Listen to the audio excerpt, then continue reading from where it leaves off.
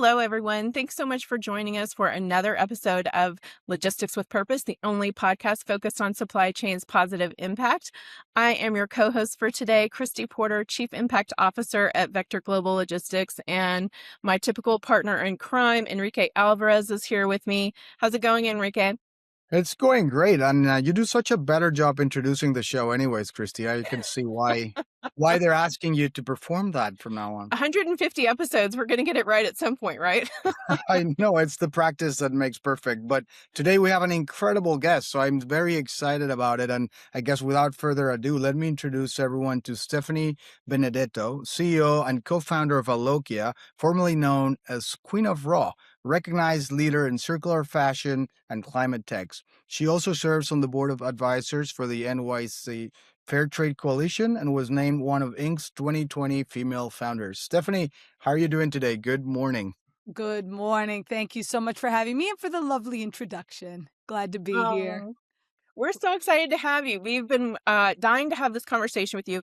Anybody, first go follow her on LinkedIn because she is one busy lady doing one cool thing after another. So we've been following her journey for a while and now are excited to have this conversation. So before we jump into some of your background, which I really want to hear about and some of the evolutions that you've been through, first let's just take a quick peek behind the curtain on your thoughts about your industry. So here we are, 2026. Every conversation is around data and AI and software and SaaS and all the things. And so, but we have all these tools at our disposal, yet we still are in very really traditional industries that are still trying to pivot and keep up. So a lot of the decisions that are made are still leading to mass excess in inventory. So what do you think they're fundamentally missing in this conversation to get the process going? Yeah, well, you kind of hit the nail on the head. You just said all these tools. And I think that's incredibly powerful, but it also means there's a lot of options out there and a lot of things that have to play nice together. And a lot of tools, and at the pace we're moving right now, that doesn't always happen. And I always laugh in this industry how far we've come, as you just said, but in so many ways, how we're still doing things the way my great-grandfather did in 1896 with a pen and paper, placing an order, right? Or handing something to a local customer in person. Yes. And, although the world and supply chains are much more complicated than those days, you're right, not everything has kept up to pace. I think the good opportunity now in the face of tariffs, trade wars, pandemics, recessions is that everybody is looking for opportunities to do more with less, save time, save money, save resources, and leveraging technology. If we do our job right, we can make it quick and easy to do that. That's our goal. Perfect.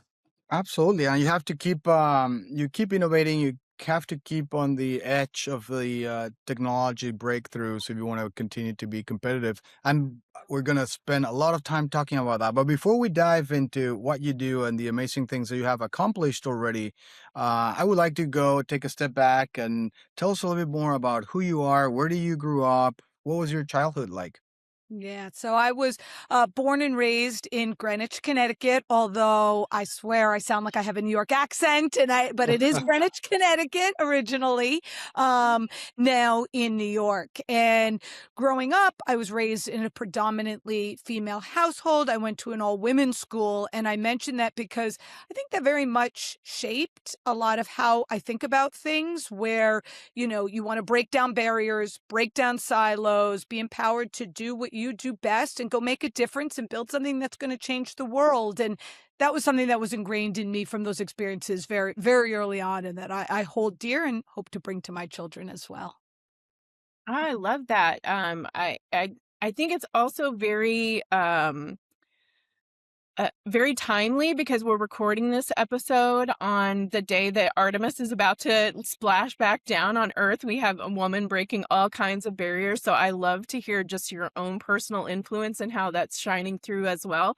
Do you have a story or something that you can help us or help illustrate for us that shaped who you are and what you're doing now? It sounds like you probably have a lot, so I'm going to ask you to just define one of them. Yeah. So one that comes to mind is early on at my school, Greenwich Academy. One of the first classes they had us do in like fourth grade was public speaking. And at the time, I didn't really understand why. I'm like, why do I have to get up there with, at this time, it was like note cards and deliver in front of, thousands of people some speech on some topic? But of course I did it, right? We do the work that's asked of us. And those experiences and that training, which I continued ever since then, was probably one of the most valuable things I have ever done in my entire career. Yeah. It led to, for me, what was a very pivotal moment in our business. We were given early on in the company 60 seconds to pitch Ashton Kutcher and a Wow. bunch of celebrities on stage. And, you've got your 30-minute pitch, you've got your 10-minute pitch, but we had to have a 60-second pitch. And, I was very fortunate to call on some of those experiences. We won. And that moment, I think, really helped define it. So for anyone out there, I highly encourage it. It's a great tool and something I continue to try to do better on. Fantastic. I really want to hear that 60-second pitch. I don't know if you still remember it or not. I I'm can sure still she do it, does. but it's all over YouTube.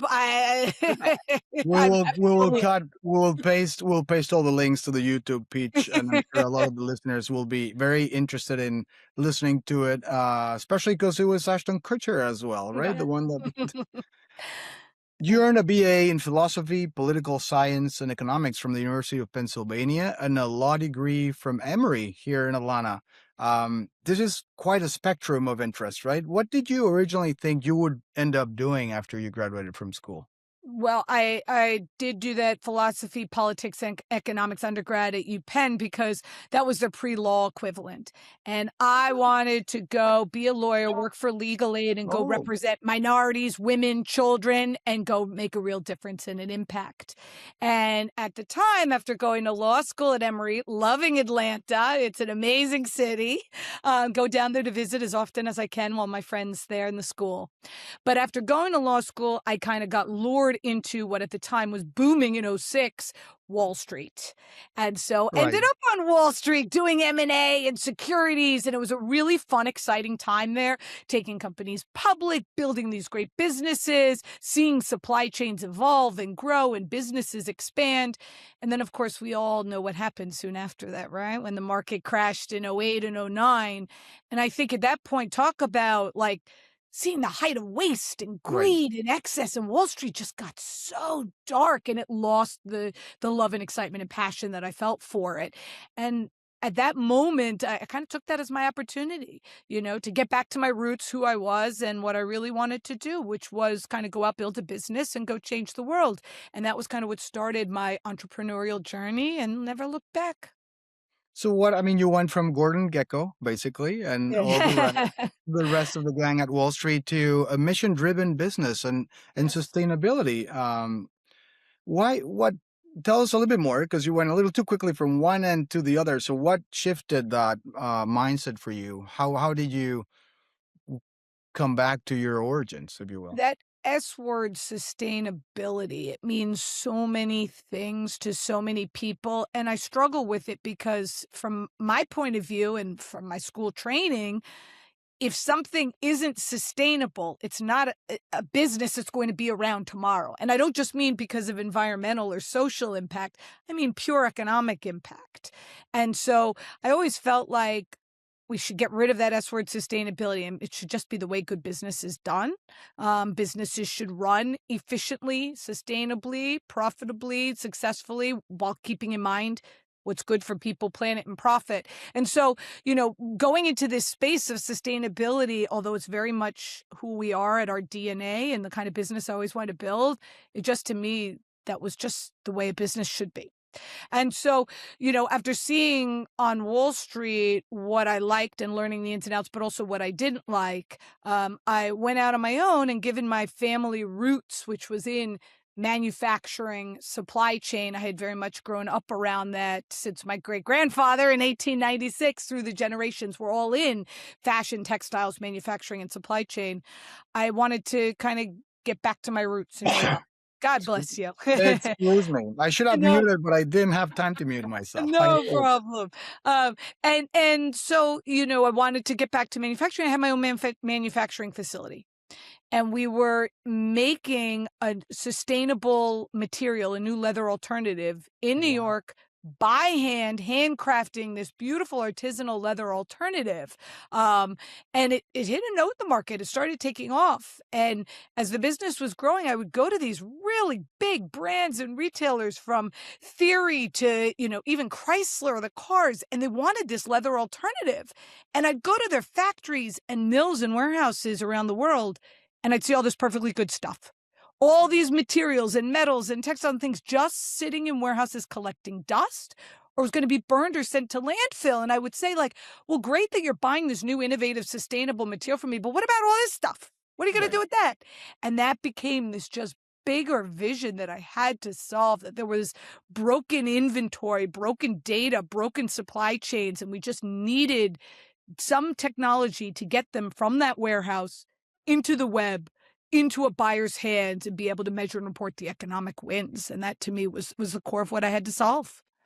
Became It's that bigger incredible. goal. So 100-year legacy is really incredible and something not very many people can No. even consider or think about. So I'm curious how that looked over the different generations of your family. And your great grandfather was also into fabric recycling. So it's all a very natural progression. Was there ever any? So first, I guess, tell me kind of what the evolution of that was in your family. And did you feel any sort of pressure, or did it just feel like a natural extension of you?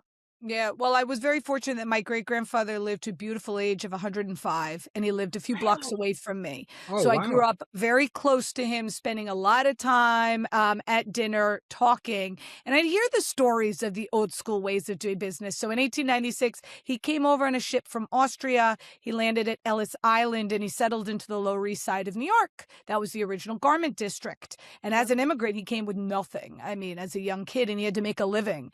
So he would find materials and supplies nearby, old fabrics and furs and things immigrants brought over on the ships, but they weren't using anymore. Mhm. And he would repurpose them by hand into the most beautiful garments. I have them in my closet. I still wear them 100 plus years later. His, jackets and stoles, and Wow. they were gorgeous. And he'd sell it to local customers.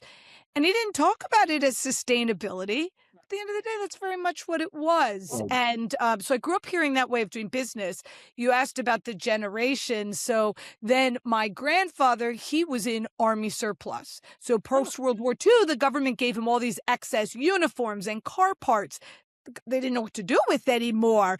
And so he would start repurposing them, reselling them. And I grew up hearing the stories from him as well that, waste isn't waste till you waste it. So here's this stuff. It could be something more of value and put it back into the supply chain. And so those kind of the two really influenced my journey, my thought about how good business should be run and, what makes sense for people, for planet, but also for businesses' profit. To your point, I didn't do the family route, went to Wall Street, but I guess at the end of the day, you always just get back to your roots and who you are. We can't run and hide. We are who we are. that's well, incredible. it's a great story, and I love it. What was the name of your great grandfather? Yeah. So Morris Gross, but we called him Pappy. Happy. Well, good visionary. How it's amazing how things happen when from scarcity, right? Because he didn't have all these materials, he didn't have all these resources, and I think that was in part why he thought that it was a good idea. And now, of course, we have so many resources, we have so many things, and yet we still need someone like you and your company to help us understand that waste is bad for the environment. It's bad for the economy. It's bad for our communities too. And so it's a great story that has come full circle. And I love what you said about waste is only waste until you waste it, right? Yeah. Exactly. And I think one of the, it's interesting when you just said about how it's bad for the economy. When we first started looking at this issue, I can't tell you how many people said, "Oh, that's, so nice. Like, go talk to our sustainability department. We put together a little, donation or non-for-profit Right. project." And as we got deeper, as we always knew, right? And I'm sure you see, it's now quantified at $2 trillion a year and Wow. growing of lost economic opportunity tied directly to excess inventory globally. 2 trillion. So what starts as a little, pilot project or it's become something real, and that is having a real impact and effect on the world stage. Absolutely. I think that that's a shift that we've been seeing, or at least I'm seeing in the last few years, right? It's people finally starting to realize that it's not because you're nice and want to save the planet. Yes, some people like you and us are nice and want to save the planet, but there's a huge economic impact of not doing the right things for the right reasons. And that's why purpose and sustainability have become so important. And we love kind of having people like you to talk and continue kind of fostering that awareness in our communities.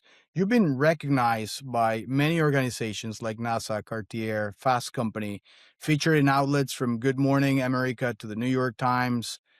Looking back with all these different accolades and all these different milestones that you have achieved, is there one in your career that you're particularly proud of? I mean, can you share it with us? Yeah. Well, obviously, like for anybody out there as an entrepreneur, this is truly a journey. And there are going to be wins and there are going to be losses. And one of the greatest quotes that a mentor of ours at Techstars ever gave us was, "The highs are never so high, but the lows are never so low." And I always took that to heart to try to stay that even keel. But that being said, there are certain moments in this journey for which, we're really impactful and meaningful. For anyone looking to kind of build a business and wanting those early adopters, I have a lot of respect for the Cartier Women's Initiative. The reason is that group, there's a lot of incredible impact groups out there that are doing great work. But when you can be a part of a program like this, that it's not just a 1 year, it is a for life. We're a part of this.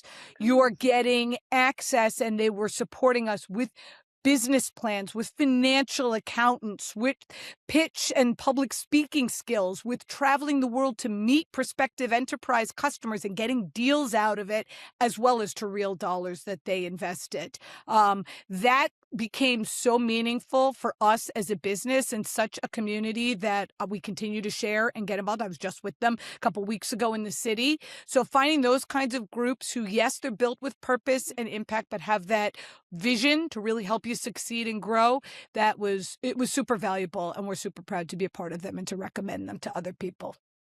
Oh, that's super cool. Yeah, I had no idea. So thank you for sharing more about that. Well, you've given us some glimpses so far into Aloqia. Can you walk us through more of the evolution and origin story of your company? Sure. Well, as you said in the intro, we started being called Queen of Raw, which became a little bit more my name and my personality. The But Queen of uh, Raw, right? yeah, yes, which is fine and great, but it's a little funny when big companies like Anheuser-Busch and Shein are signing, bills to Queen of Raw. But at the same time, we did that early on because obviously we were attracting to start fashion and manufacturing companies. It was a name we wanted to be sticky, that people weren't going to forget, and we had a lot of fun with it. But like any good company in a journey, you come to a point in an evolution in what you're delivering. Our core is still the same. Our purpose is still the same, but our technology, how we deliver the results, has grown globally and across industries. And so at that point, although we love and still own the name Queen of Raw and still talk about it, it became something much bigger. And just like WeWork, I think, what were they? Green Desk and Something like that. StockX was Campless. All these companies, right? You had prior names and then you hit that point. So for us, we're Aloqia. And the word is made up by us, but comes from the word allocation. And to us, this is at our root, Mm. allocating resources efficiently. And when you do that, everybody wins. How the platform has evolved and what does it do for a lot of big, large public companies that work from fashion and manufacturing to food and beverage, CPG, beauty, and others, and automotive and aviation now. We help businesses find what they have in their supply chains in excess inventory. Once we find it, we help them create a plan of how to allocate it efficiently that saves and makes them the most money. And then we measure and report the economic and environmental wins. Those results are now fully audited by Deloitte, backed by MIT, and can be included in public filings. So they get the benefit of being able to share, economically win, and also share for good brand equity and consumer demand, the impact they've had doing better as a business. So, being able to deliver that across one infrastructure platform for our customers has been super valuable. And as you mentioned at the beginning, Christy, of this, any good company, we're using using blockchain, we're using AI, but at the end of the day, what really matters is not the technology that we're using, but the results that we're delivering and helping our customers do it quickly, easily, cost effectively. That's the name of the game. Yeah. Can you give us a Absolutely. couple of those wins? You don't have to name the client if you don't want to, but I'd love to hear a couple specifics. Yeah, no, happy to share. We have a number of public case studies on our Okay. website that people can read. But a couple examples that really stood out. One is we do work with Shein. And with them, we are actually the only non-Chinese company in the world fully integrated into their OMS, their WMS, and their ERP systems. What this means is that as a business, they don't have to do anything differently. Their teams can log into their procurement systems, their ERPs, their order management systems, do what they do best every day, only it's powered by Aloqia's AI and our algorithms in the background, being able to drive their procurement efficiency by now 40% increase year over year, while saving over 70 metric Well, tons of CO2 annually. And so, helping economically, environmentally them do better as a business, which is why we built the business that we did. We're here to solve a problem.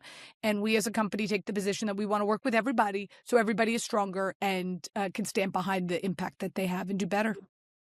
so, Stephanie, with all the experience that you have and all the different customers and people that you have helped in the past, where do you see the most significant potential for turning this, what is waste most of the time, into measurable impact? So we always got excited about the work and the impact that we can have in fashion and manufacturing. It's huge, right? A lot. I think, fashion textiles sit behind oil and agriculture as the number 2 biggest polluter in the world. So huge challenge, but huge opportunity to solve the climate crisis if we rethink how we do things. But to us, fashion and manufacturing was always just the tip of the iceberg, because literally every business with a supply chain, any of you, has excess inventory. And the idea is that you're excess to one person, but it could be leveraged and used by someone else. You just need the technology and the logistics partners, right? And the payments to be able to get it from point A to point B. And if you can do that quickly and easily across a digital exchange, a digital infrastructure, why the hell wouldn't somebody do that? How do you Right. say no to that? And so for us, obviously, although we've done a lot of work in fashion and manufacturing now, as we've been growing with Anheuser-Busch and others in food and beverage, in CPG, beauty, all these other industries, when you can leverage each other's learnings, resources, intelligence, I mean, that to us is when this explodes. And we're already seeing over like 60% margin gains for our customers by leveraging our platform. Incredible. Yeah. Absolutely incredible. Thank you. So obviously it has been a long shift for a lot of companies to try and get here. As Americans, we're very good at excess. So I am curious what kind of you are a pro. I hope you have also written a thank you note to your 4th grade teacher because she started you on an amazing path. But um you've probably also you've made a lot of business cases. You're very good at data and numbers and presenting the case.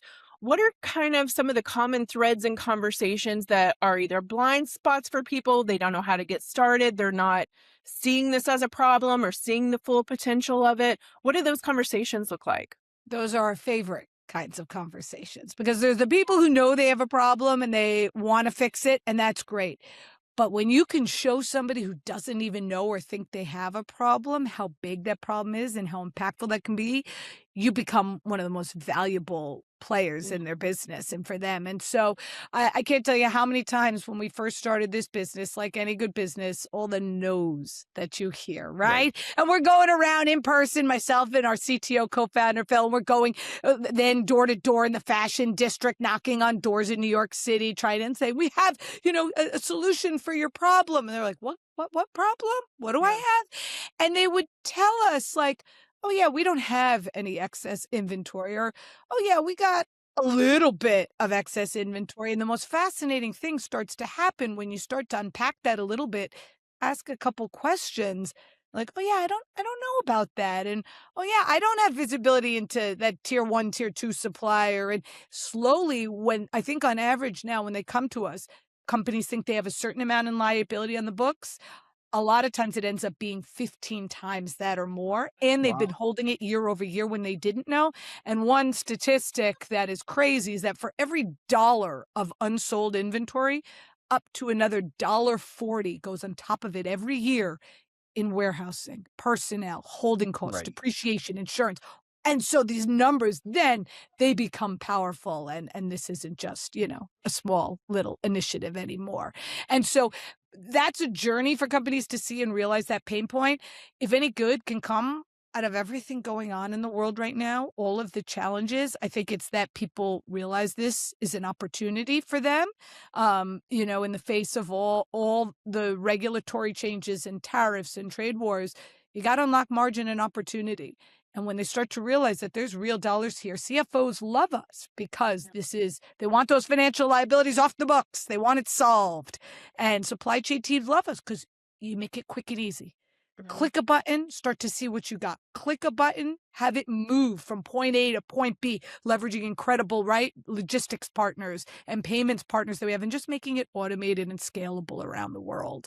When we started early on, we did focus mostly just on the US, right? We tried to be very focused in New York or just the US, but very quickly learned for our early customers that supply chains are global. The world is global. We had to be global. So now we do operate in Europe, in Asia. We have a non-for-profit in Africa. And we took that as very important with team on the ground in those locations because you need to be able to support this at a global automated scale. And that's very important today more than ever. Absolutely. And I think to your point, right? I think a lot of companies out there are caught into day to day and maybe planning for the future and then trying to get new things. But then there's this smaller thing that keeps growing and growing year after year. And all of a sudden you have tons and tons of wasted inventory or unused inventory that no one's using, but the resources are still being spent on that to take care of the warehousing and shipping and maintaining and liabilities. And this is kind of controversial, and I don't know how you both feel, but I do say this where a lot of people say, but if we could only, buy less, and if we could only change behavior of the companies to produce less, and how you're telling a for-profit corporation that has, shareholders or and investors and customers that they shouldn't meet that demand, that they can't grow as a business. I've always found that frustrating because that is the opposite. They're for profit. And so, but when you can build a model that allows them to still do more, grow as a business, grow revenue, attract new customers, but do it in an economically and environmentally efficient way, well, then that works, right? But I think one of the hard preconceived notions of any innovation, especially in this S-word sustainability sector, is that it's automatically going to cost you a lot more money. And it's automatically going to require us to change all of our systems internally. And it's automatically going to require us to change all human behavior and our board. And that's just not the case. We need to meet people where they are. We need to make things quick and easy to participate while allowing them to grow as a business. And we take that very seriously to align the economic and environmental. It has to be. Otherwise, Absolutely. makes Well, no and, business and I sense. think it even starts with addressing that you have a problem, right? Like everything else, before fixing anything, you have to understand that you already have a problem. And then here comes your company and tries to fix that problem that they already have and face. And so you've worked with many, many companies, Cotopaxi, Victoria's Secrets, Shane, you mentioned a couple on Busch as well. And you're moving from the textiles into other industries, which is very exciting and something that I'm sure a lot of industries really need. How does this platform really work behind the scenes? If you could tell us without disclosing the secret sauce, of course, how does it work? How do you do it? And why is it applicable to so many different industries? Yep. So we've made it 3 key steps, if I can oversimplify it for a second. One is we get companies up and running now what used to take days in minutes. So they can be up and running in minutes, plug into their systems quickly and easily with our own industry standard, see what is excess. We have standards we apply. Standardize the data, bring it in quickly and easily. They can start realizing time to value, one of our last enterprise customers, in 3 days. Start seeing what you have in excess inventory. That's step 1, right? Ingest the data, visualize it. Step 2 is actually take action on it. Click a button to reuse it, click a button to resell it, click a button to recycle it. From clicking that button on, our system has all the algorithms and the workflows and the matchmaking with the global network to take the action. And then Right. step 3, measure and report the economic and environmental results. So they've got that to take to stakeholders, to take to the PR, to take to the board, and show the economic and environmental wins. And what's I'm super excited about is, yes, we're solving the immediate pain point, but now how can we take that data and help them do better tomorrow? Be a better business, not have all this excess and inefficiency to begin with Right. anymore. Because now you know, so many. If you think about what's out there, and so many people who are trying to solve this problem, there's no system of record that has all this information. No AI out there that has this, and we want to be that system of record to standardize and have access to all that data and information. Because once you do, the power of what you could do with it is it's incredible. And we're just at the beginning of being able to do that for these customers and more, and hope and get it in real time so they can quickly and easily ingest, act, and measure and report and do better tomorrow as a business. That's a very important point that you bring. It's just how do you get better into the future, right? It's not only about fixing the problems or the mistakes that you've made in the past, but then how do you help these companies become better stewards of our planet into the future? And something that I was going to ask you is you work with companies like Shein and a lot of those different companies, fast fashion and others, that raise definitely challenging questions. They don't have like a super positive opinion sometimes. How do you approach these partnerships first and foremost, and then how do you turn this excess fabric from one brand into raw materials for another, and how do you approach this from a lens of having the public opinion being very critical about this type of companies? Yeah, well, as Christy knows about us, we're very much out there. I believe if we're not out there sharing the work we're doing and the impact that we're having, then what the hell are we doing? And so we took the position early on as a company and with our board that anyone who wanted to work with us, as long as we speak to what we do, everything is audited. We measure and report the results, and we work towards goals and milestones and to have a real impact. We want to work with them. Because if Right. we're only working with the people who don't have the problem or aren't Well, doing you want to work with the people that are the biggest offenders, for sure.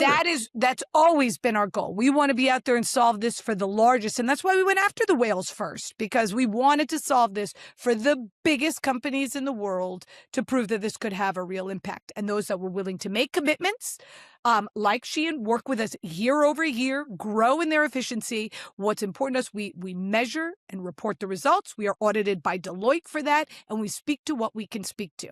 And so why shouldn't you be speaking to the work you're doing? On the flip side, I find we work with a lot of great companies.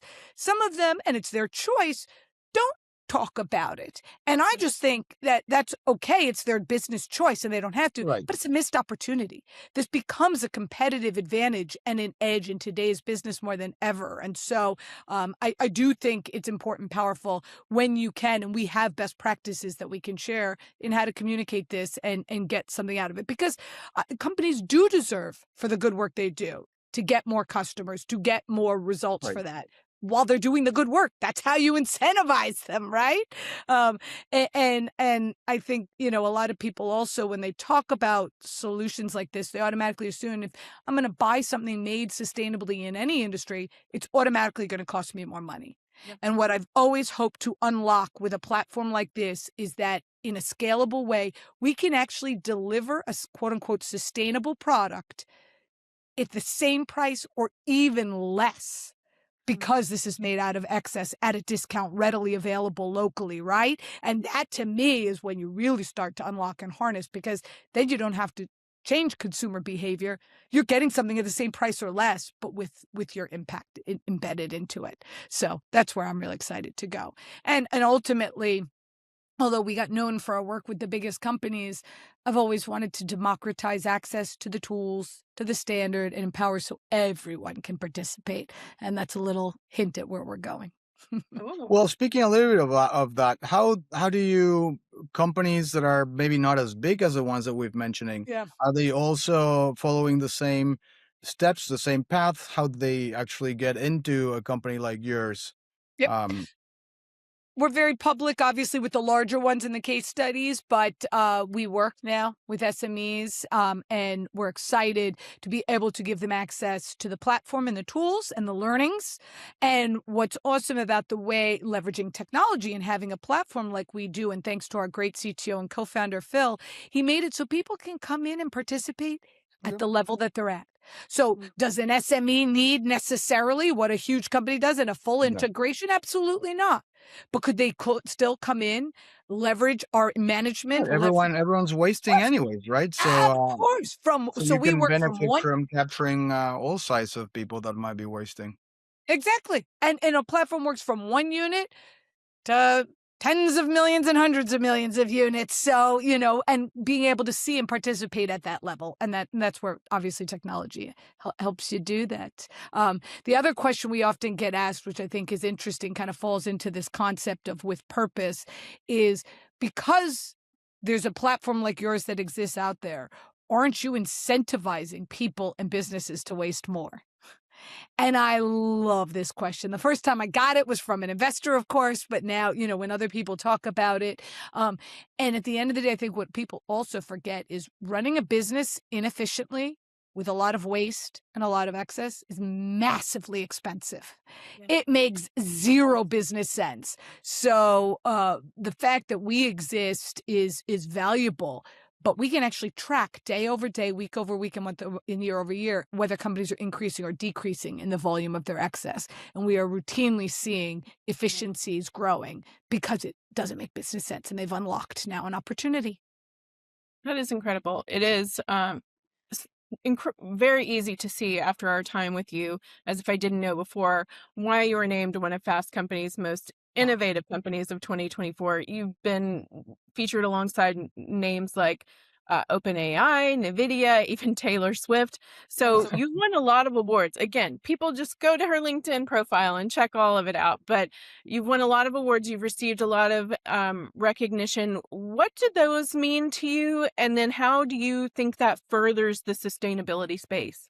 Yeah, well, the fact that was incredible honor and incredible group to be with, and a lot of a fun at the dinner and the events and getting to see those kinds of people there. But the fact that recognition now, and with everything going on in the world, that a company like ours could be on the same level, and I've been now on the same stage with an OpenAI, with Google.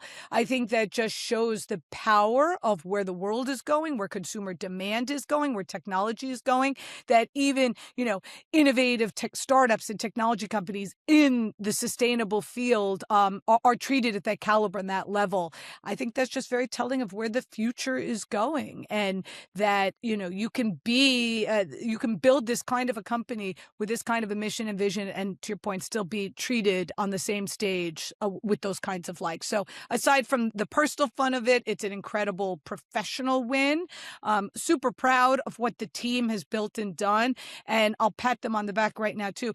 We've done all that without spending yet a penny in PR marketing or advertising. And I mention that because I think a lot of people think you got to go spend a ton to get these customers and spend a ton to get on that stage with OpenAI. And maybe for a separate conversation we can have, but there's some very quick, easy wins to be able to do that without spending a penny in that. And that's thanks to technology. So get out there. Absolutely. We should definitely think about like having an entrepreneurship panel and bringing you over so you can help other entrepreneurs that are listening to our show and constantly listening to our show how to scale up such an incredible technology company as yours.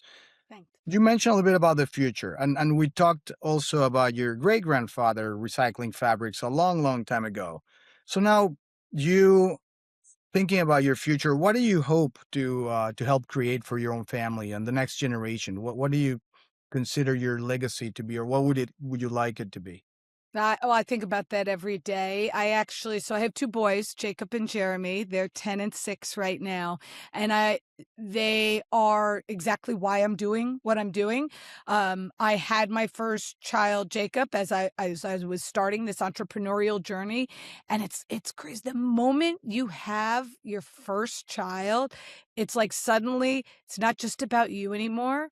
It's about them and their children and their children, and the whole world just changed for me overnight. And I found this drive and this vision that I wanted to build a business and change the world for them and for their kids and future generations, that I wasn't going to stop till I do.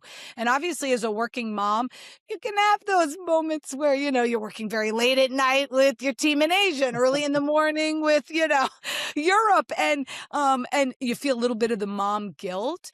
But then I remember why I'm doing it. I talked to them about why I'm doing it. And you asked me about my pitch, so I'll give you one very funny anecdote. Early on in the journey of the company, when I was preparing for that pitch, I was pushing my son Jacob in the stroller in New York City.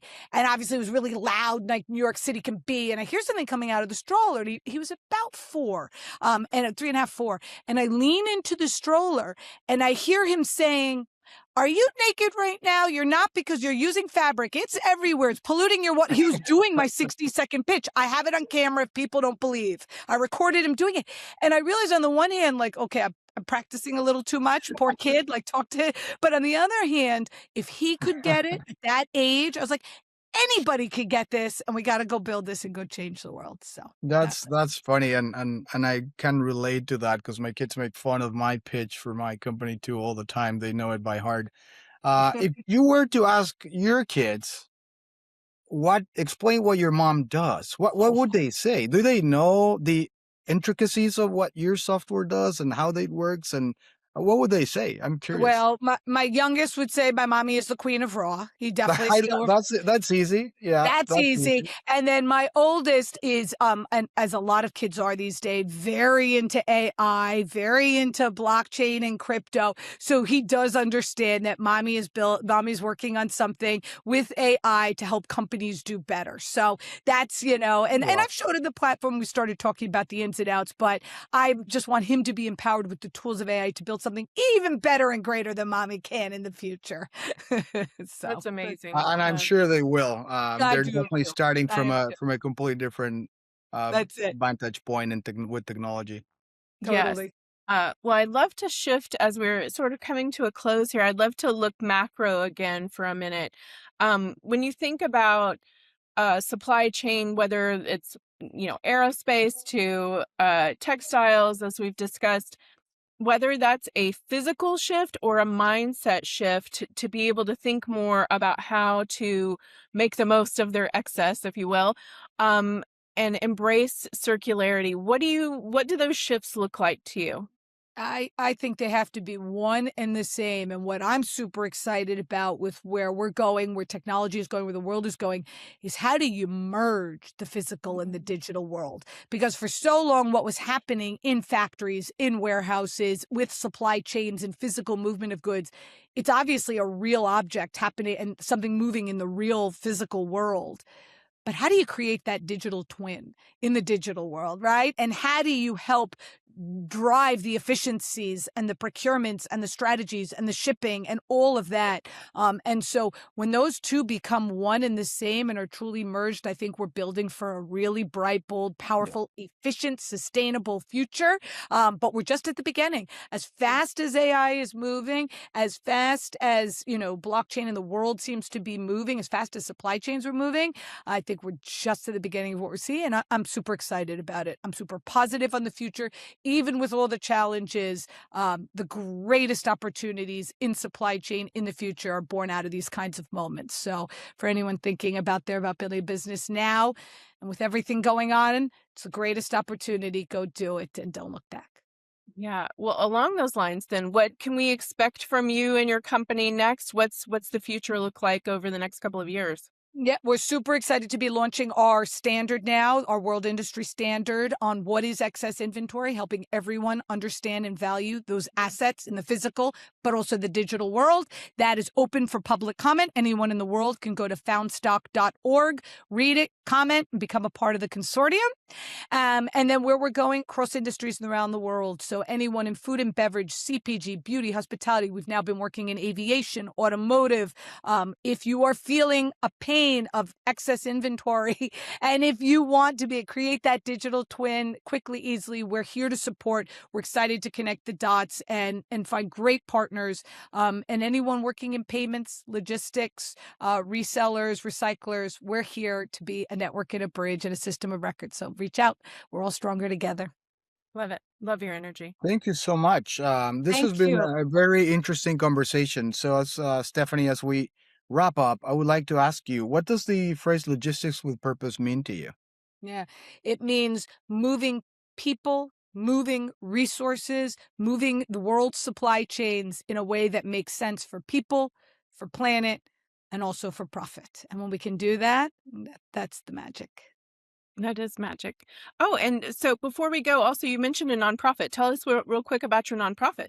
Yeah. So, well, we have foundstock.org, which is Okay. what issuing the standard. And then there is a nonprofit in Africa, very specific to wildlife preservation, wildlife friendly enterprise network. So that's where we're able to both pledge a portion of our proceeds, give back, and also support the economy in Africa, where a lot of the waste traditionally ends up, but shouldn't anymore. And so that's what we're here to support. Fantastic. Well, how can people find you? Where's the best way to connect with you and learn more about you and everything that's going on? You can go to aloqia.com, but I'm very public as well with my email and cell phone, because if we're not out there and people aren't reaching out, what are we doing? I'm Stephanie at aloqia.com, and I will say it's ALOQIA.com without a U. And then my cell is 1-203-981-6993. We're here for you. Amazing. Stephanie, thank you so much. And for everyone listening to this episode and all the episodes, thank you for joining us. And we look to see you in a couple more weeks. Thanks again, Stephanie, and have a great weekend, everyone. Thank you, Thank Stephanie. you.